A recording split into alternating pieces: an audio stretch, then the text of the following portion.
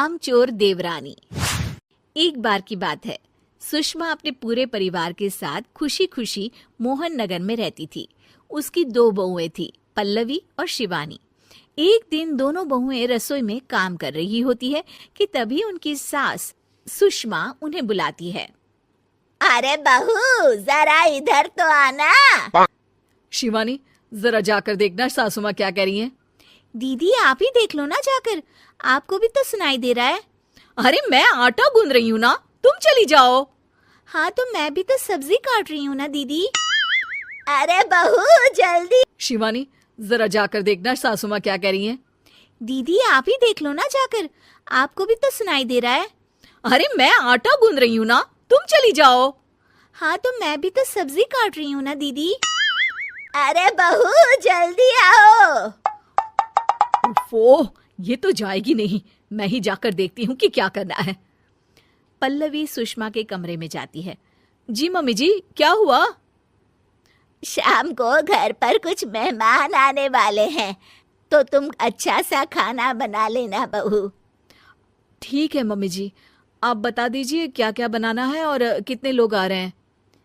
सुनील की मौसी जी और उनका पूरा परिवार आ रहा है। कुल मिलाकर 3 लोग और हमें मिलाकर हुए 9 लोग।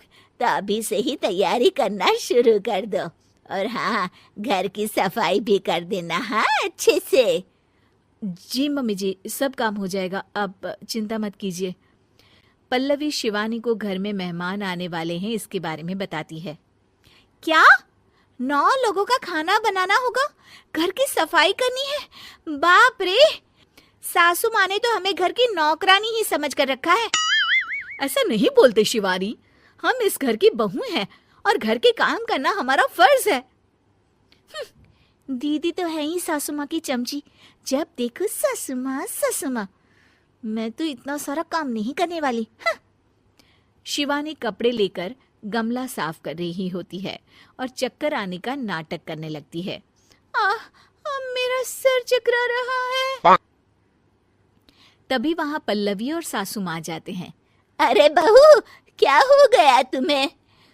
मम्मी जी, बहुत तेज सर में दर्द हो रहा है। तुम एक काम करो शिवानी, आराम कर लो। नहीं नहीं दीदी, घर में मेहमान आने वाले हैं, मुझे आपकी मदद करनी चाहिए। अरे कोई बात नहीं शिवानी, तुम आराम काम कर लूंगी।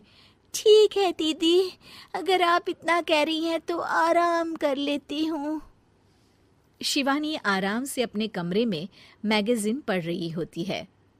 इसे कहते हैं आरामदगी। इतना सारा काम। चलो सारा काम खत्म हो गया, शिवानी को देख आती हूँ। शिवानी अपने कमरे में ईयरफोन में गाने सुनते सुनते सो जाती है और उसके साइड में मैगजीन भी रखी होती है। पल्लवी वहां आ जाती है और वो सब देखती है। ओहो, तो मतलब सब काम चोरी का बहाना था। अभी बताती हूँ इसको। घर का सारा काम मुझे करना पड़ा और ये महारानी यहाँ मैगजीन पढ़ रही है, गाने सुन रही है। पल्लवी रसोई से एक प्लेट और चम्मच लेकर आती है और शिवानी को थाली बजाकर उठाने लगती है। शिवानी अचानक से उठती है। उठ गई महारानी, गाने भी सुन लिए, मैगजीन भी पढ़ ली। तुम तो बहुत बड़ी झूठी निकली शिवानी। तुमने सर दर्द का बहाना बनाया ताकि काम करने से बच सको। हाँ बनाया बहाना, तो क्या करती, इतने सारे काम करती। मुझे कोई शौक नहीं है चापलूसी का। क्या चापलूसी? तुम्हें लगता है कि मैं सारे काम चापलूसी के लिए कर रही हूँ? और नहीं तो क्या। तभी वहां सासू माँ आ जाती हैं। अरे बहू, वो लोग बस आने ही वाले हैं, तुम तैयारियां कर लो। जी सासू माँ, तुझे तो मैं बाद में देखती हूँ। सब खाना खाने बैठते हैं और खाना शुरू करते हैं। तभी सुनील की मौसी बोलती है। वाह भाई वाह, खाते अच्छा बना है सुषमा जी, एक एक चीज में क्या स्वाद है। ये सुनकर शिवानी मुंह बना लेती है। उसे अपनी जेठानी की इतनी तारीफ रास नहीं आती। आपकी बहुएं तो बहुत ही अच्छा खाना बनाती हैं। हाँ बनाती तो दोनों ही अच्छा है, पर आज ना ये सारा खाना बड़ी बहू ने बनाया है। छोटी बहू की तबीयत ठीक नहीं थी, सो इसलिए। मानना पड़ेगा सुषमा जी, आपकी बड़ी बहू तो बहुत ही गुणवान है। पल्लवी की तारीफ सुनकर शिवानी को जलन होती है। पल्लवी ये सुनकर खुश हो जाती है और शिवानी की तरफ देखकर उसे चिढ़ाती है। कुछ देर बाद मेहमानों के जाने का वक्त हो जाता है। मौसी जी सबके लिए उपहार लाई होती है। वो सबको शगुन के पैसे देती हैं और अंत में पल्लवी के पास आती है। तुम्हारे लिए शगुन का लिफाफा तो है ही, पर बहू तुम्हें एक और उपहार भी मिलेगा इतना अच्छा खाना बनाने के लिए। मौसी अपने सोने के कंगन निकालकर पल्लवी को पहना देती है। ये लो, ये मेरे मनपसंद कंगन है, अब से ये तुम्हारे हुए।